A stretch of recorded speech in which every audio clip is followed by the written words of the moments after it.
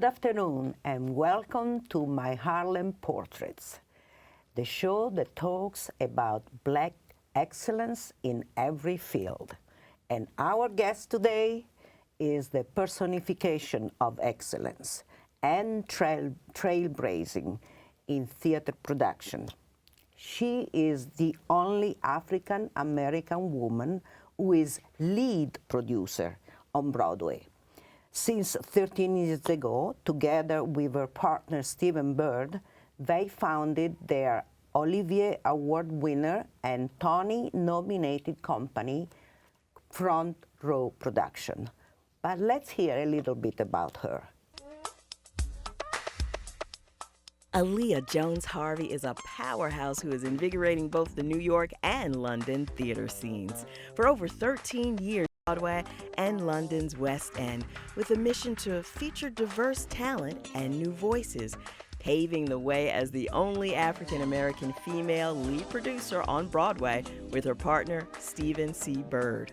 Stellar productions include the Tennessee Williams classic Cat on a Hot Tin Roof, directed by Debbie Allen, starring James Earl Jones, Felicia Rashad, Terrence Howard, and Anika Noni Rose. And A Streetcar Named Desire, starring Blair Underwood, Nicole Ari Parker, and Wood Harris in their Broadway debuts.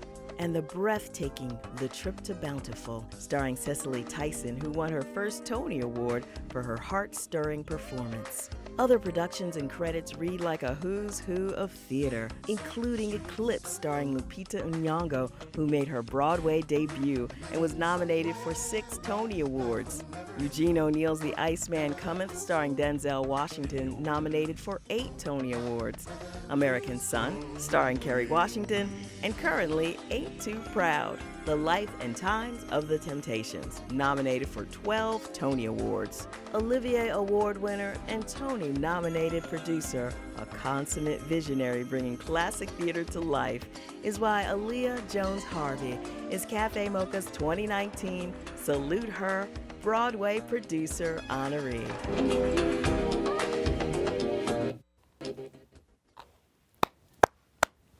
Thank you, Alia, for being here with us. Thank you for having me. You are a powerhouse. Your excellence is a fact. Thank you. Shown by all that you've done on Broadway. So this clip we saw, it was from the Cafe Mocha, the annual ninth annual award that gave you the Broadway Producer Award. And there were a lot of very powerful African-American women who were awarded for different fields. How did you feel in that situation? How was it to receive this award from your peers?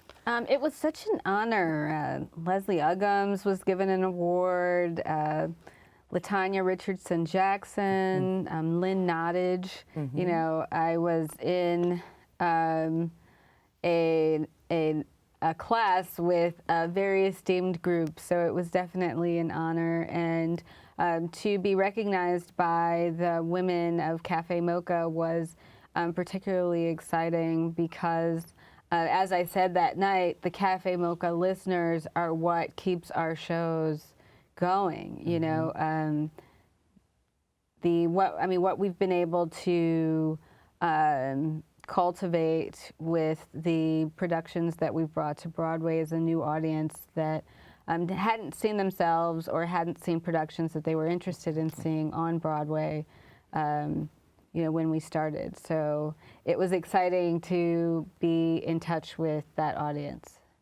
And really what you did, the novelty that you brought is that you managed to insert on classical pieces, but also on original pieces, a diversity both in the cast and in the management and in the backstage and so on that has never been seen before on Broadway. You took the Great White Way and turned it upside down and inside out.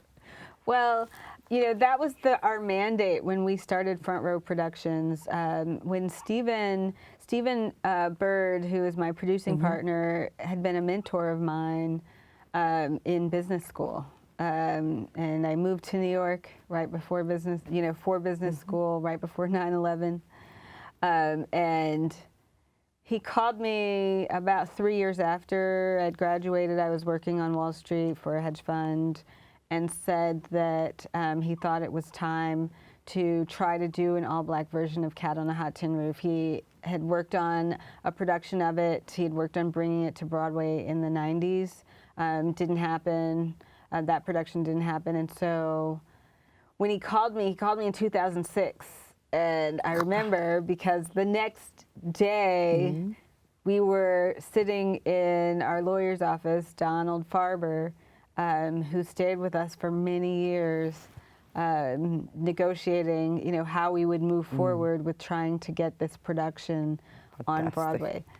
So it took 2 years for that first production, but it went on to become our foundation because it was an opportunity for us to bring James Earl Jones into the role of Big Daddy commercially. Phylicia Rashad, who, said at the first rehearsal that she had played Big Mama in college at Howard University and never thought that she would have an opportunity to play her commercially. On Broadway. And then, and then here's this opportunity for her to play Big Mama on Broadway. And Terrence Howard, of course, in his Broadway debut, and Anika Noni Rose was really also a foundational piece of that casting. And then Debbie Allen helmed that production and really did a masterful job of bringing to light a story that had been told so many times before, but never with an all-black cast. And with that perspective, because that's what the fact that you bring in African American black cast is also not just to have, but because you give a different perspective of what is being said. Well, it was actually challenged at the time, the several theater critics and editors challenged the idea of an all-black production of Cat on a Hot Tin Roof, and why would that happen? Is this family even a possibility? And our position, in bringing this production to Broadway was yes. These people exist. Yes, this is a real conversation, and it's a good conversation to have. And then what was also really invigorating and exciting about that production is that all of the people who were introduced to Tennessee Williams, coming to see that play because Terrence Howard was in it, or because Phylicia Rashad was in it, or because James Earl Jones was in it. And they might have thought that Cat on a Hot Tin Roof was a new play, written in 2008 when we actually did the production. But it was exciting to see, new audiences really respond to it and get excited by it. And then it went on to become the biggest grossing play in that season. So that's another one of the first, because you are the first in a lot of things. You always, with your productions and so on, the first in doing things. So this one we like to do things first. That's fantastic. That's real trailblazing. So, and then you went, also you brought it to the West End in London, right? Yes. We transferred the production. Debbie Allen, again, masterfully transferred the production with James Earl Jones and Phylicia Rashad. Adrian Lester, British talent, amazing actor, took over the role of Brick, and Sanaa Lathan took over the role of Maggie. And that production won the Olivier Award. That's how we won our Olivier Award. So that production, we had a study done by the theater that we were in, which owns many of the theaters on the West End, and 78% of the ticket buyers were new to the West End. Oh, wow. And so, you know, once again, That is amazing. Once again, it was proving this concept that presenting this kind of traditional work with a re-envisioned casting, you know, could attract new audiences that might have gone to theater off West End or off Broadway, but had never felt compelled, you know, to come to the West End. So we were really excited because they didn't about even that. sell that. That is amazing.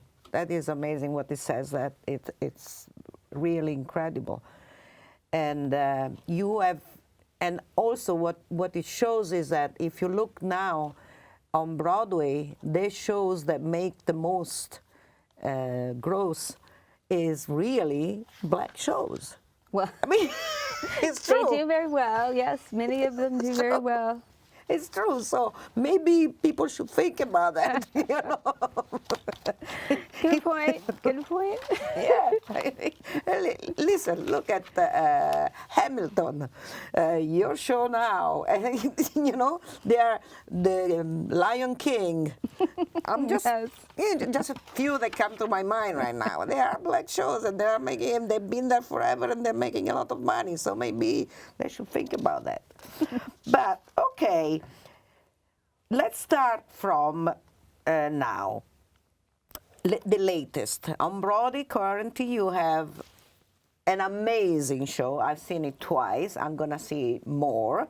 Ain't Too Proud, The Life of the Temptation, all right? And The Times of the Temptation. It received 12 Tony nominations and is now on until at least summer of 2020.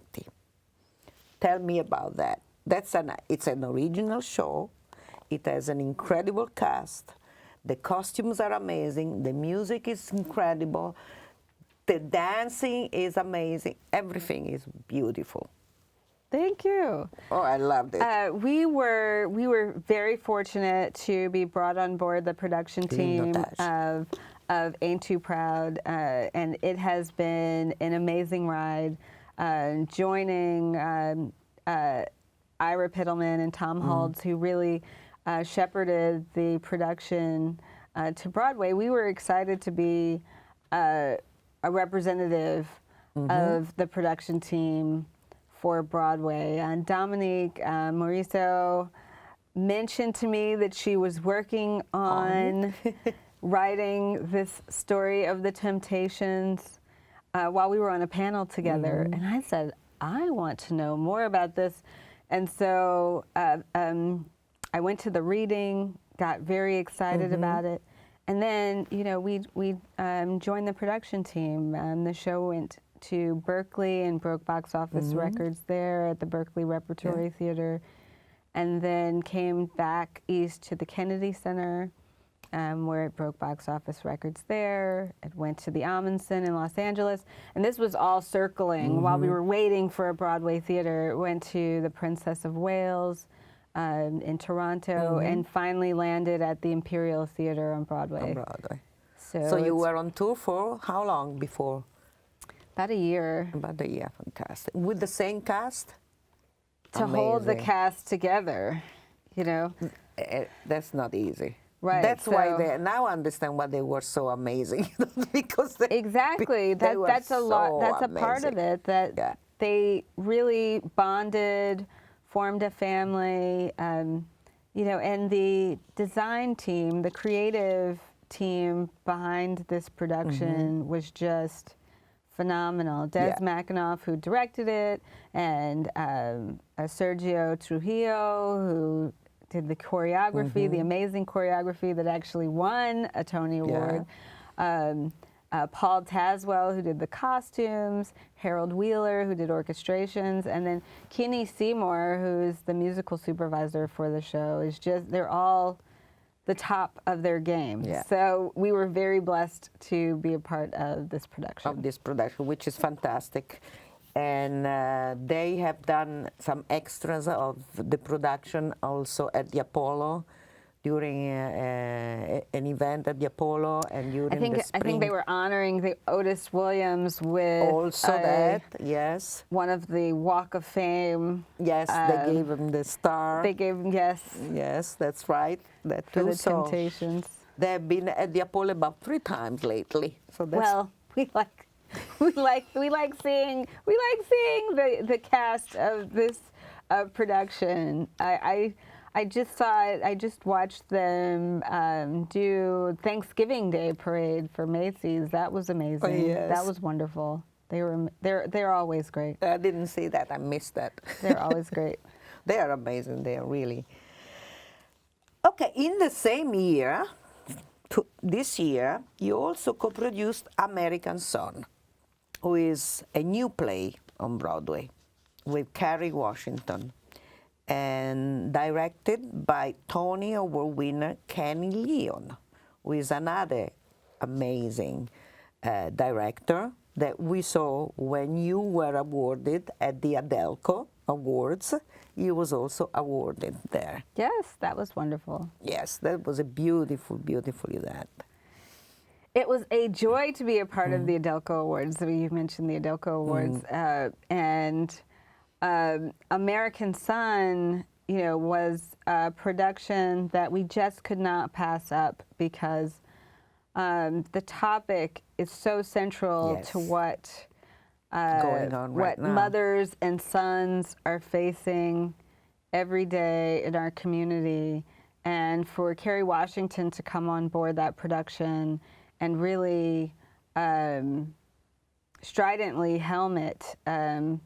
She was a power, a force that was really a proponent for having the conversation and not being afraid of facing the conversation on a stage as large as a Broadway stage. Let's face this conversation about what policing looks like in America today and the interaction, between a mother looking for her child in a police station at 3 o'clock in the morning, and how terrifying that is and what it looks like, and then the conversation that would follow the play every night about what can we do as a society to change, or at least have more empathy for what the other side feels is happening. And also what came out in the play, which I also saw, and it was fantastic, is that the way that the police treated her, and then the way he treated the husband when he came, not knowing he was the husband. Right. Because it was an interracial couple. So that comes out also very clear, and it gives you you really need to have a conversation about that. Right. I mean, and I think that people are becoming more and more aware, particularly with the conversation about policing in America, that people live in 2 different Americas. Yes. And you may, if you never have the experience of being stopped by the police, you may not know what this other person is going through, or what this other person might be dealing with in their mind whenever they see someone in uniform, whenever they see a police officer. So, and it's so current, and it's one of the worst moments, worst events that happen in this country, as far as I'm concerned, being European, is seeing this happen, because we don't have that kind of stuff happening, and not in that extent anyway. So it is very important to address it and to make it known. Right. Absolutely. Well, we were really excited when Netflix decided to turn it into a film. And I just saw that too. I couldn't believe it when I saw it. I said, but this is the play I saw. This is fantastic. So they came to you and asked for the movie. No, it was more like the other way around. But that's good, whatever.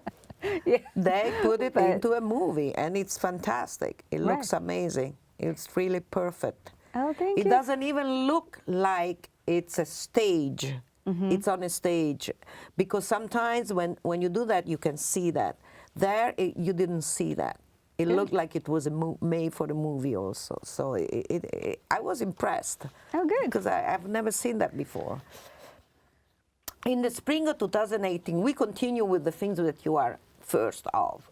Okay. You co-produced Iceman Cometh on Broadway, starring Denzel Washington.